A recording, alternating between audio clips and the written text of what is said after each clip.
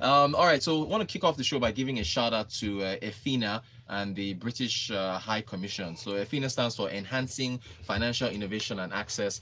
They had an event yesterday alongside the British High Commission that was about financial inclusion, improving financial inclusion. The central bank was there. They sent a representative. Members of the private sector were there as well, and it was a very interactive session. They also gave out $2 million total in an innovation challenge to a number of startups and other companies that were in the middle stage growth companies as well. So what are the companies now? I think CredPal, Smart Teller, shout out to you, Ribi Finance, Capricorn Digital, a number of companies that are trying to improve the financial inclusion in Nigeria. So it's a pretty good event. Taiwo, this is the question I'm throwing to you. How do we improve financial inclusion in Nigeria? My I don't know, grandmother in Ugeli village in Delta somewhere. How do we improve this stuff? You still remember where you're from? I still remember, even though I haven't been there in a while. But I'm sure I still passed by there recently.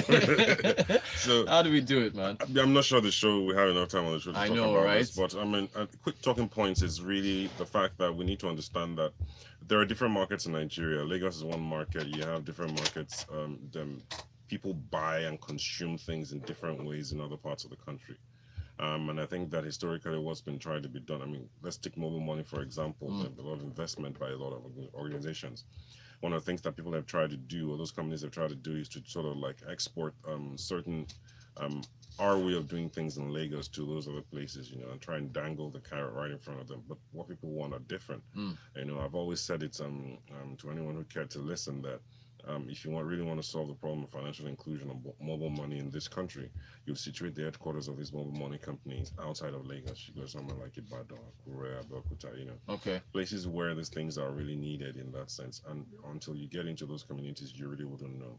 That said, when we talk about financial inclusion, are we just talking about getting people banked or just getting people, so that the money, official amount of money in circulation or through the official channels, would grow, so those are kind of the questions we need to answer as to say what financial inclusion is there.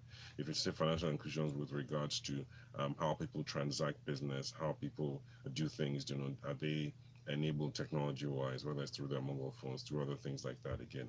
Are we seeing financial inclusion in terms of just reducing the amount of cash within the entire cash movement or physical cash?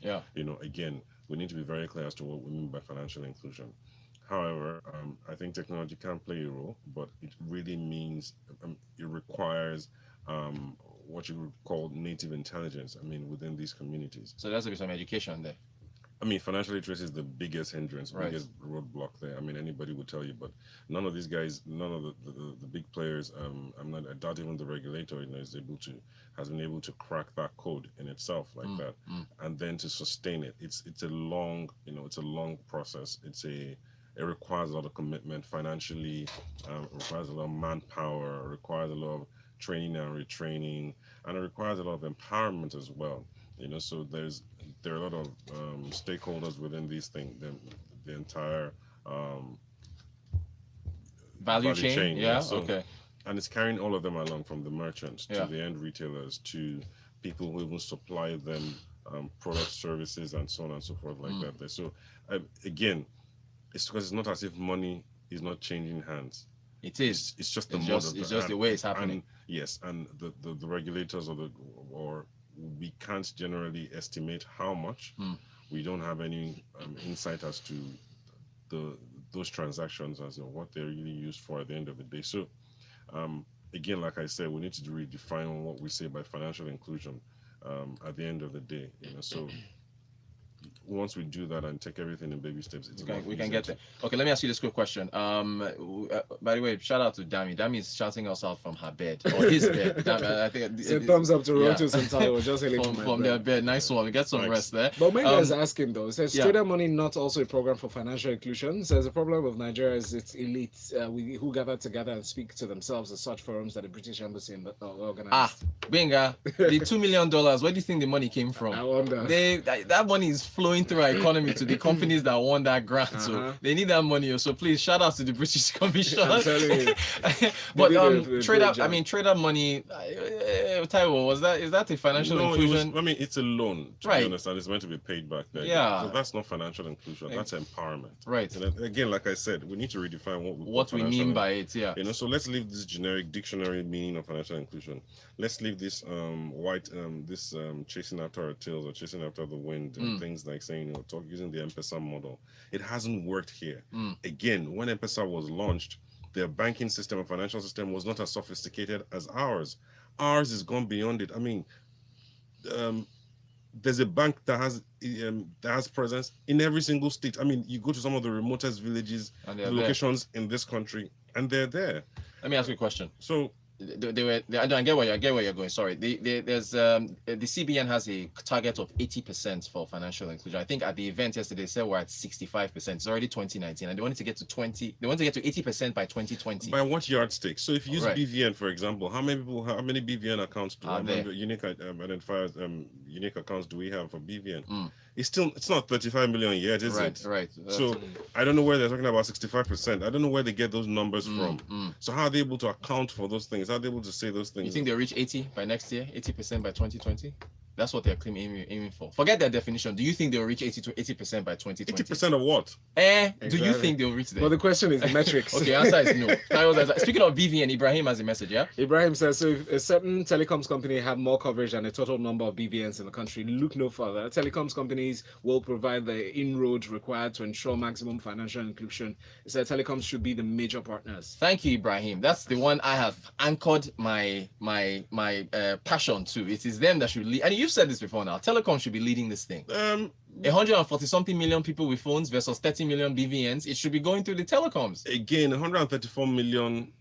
Really? Well, I know each of us has like 2 or 3 phones, right? So you might have to divide that number by 3. Exactly. When you start that, you have to look at issues around regulation. Right. That's a good point. Who have another side function over that. Even then, the BVNs, most Nigerians, I have more than one bank account. So you have to divide the BVNs 2 by 2. No, the BVN number is unique. It's unique. Okay, sorry. It is unique. It's unique. Because if they do that, then we would have crossed well over 100. We'll have to start by counting how many actual Nigerians are here. Those are the real issues. Because no matter what you say, you talk about financial inclusion, at the end of the day, if we don't know how many we really Nigerians are, right, then your really 80% and your 60% figure. So again, we throw out numbers. Yeah. Honestly, I don't know where we get those numbers from. Right. I don't.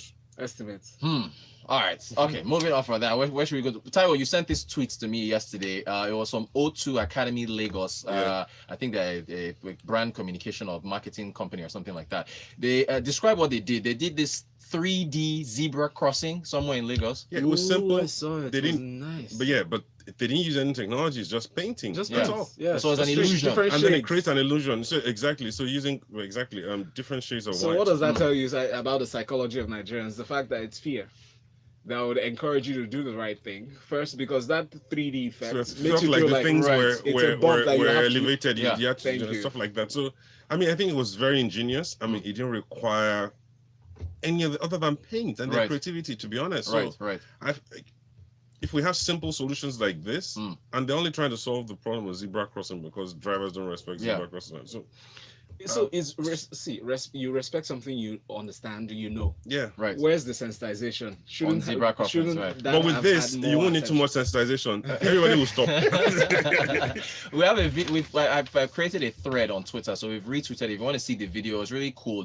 From again, just for our listeners, from the driver's perspective, the driver thinks there's a large barrier on the road, but really it's flat. So for people, it's all flat. So it's an optical illusion that makes drive. But then I think people have already been asking, what happens after the drivers get used to the fact that this is an illusion that's here? Will they return to I feel like immediately there should be sensitization following that. Right. So again, everything is baby steps.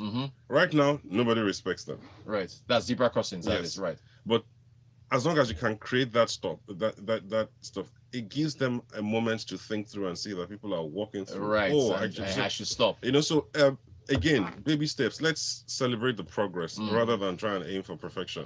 All right. Okay. I stopped.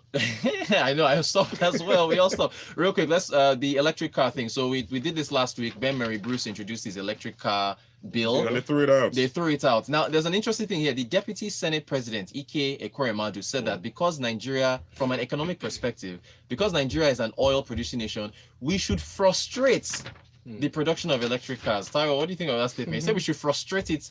I don't think he was thinking about the jobs you can create if you go into this later on. But anyway, from his perspective, he said you should frustrate it.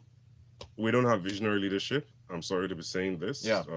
But that's the truth. So they're only thinking about today. They're not thinking 10, 15, 20 years down the line, when fossil fuels become a thing of the past. So, and we wonder why we don't have exactly. So they're not thinking ahead. It's not about today anymore. Nobody's saying we're going to build an electric car all of a sudden today and then take over the world. But it's charting a course and saying, look, this is our 100-year roadmap. Right. We should stop all this every year, 1 year budget, and then it takes us 8 months into the year to pass that budget. Now pass it. We should stop all this nonsense. They don't get it, to be honest. So I'm not even worried about. Anyway, Ben Murray Brucey withdrew the bill, so unfortunately, it died in the Senate. He took it out. Don't worry, maybe when some of us get back in there, we'll go and introduce it. That, my friends, is the end of the show. Taiwo, thank you for joining us, and thank you everybody for your messages as well. We appreciate it. And a happy holidays, everyone. Yes. We'll be enjoying some nice tunes on the other side. At 7:30, we'll bring you detailed analysis of the newspaper stories this morning. This is Smooth 98.1.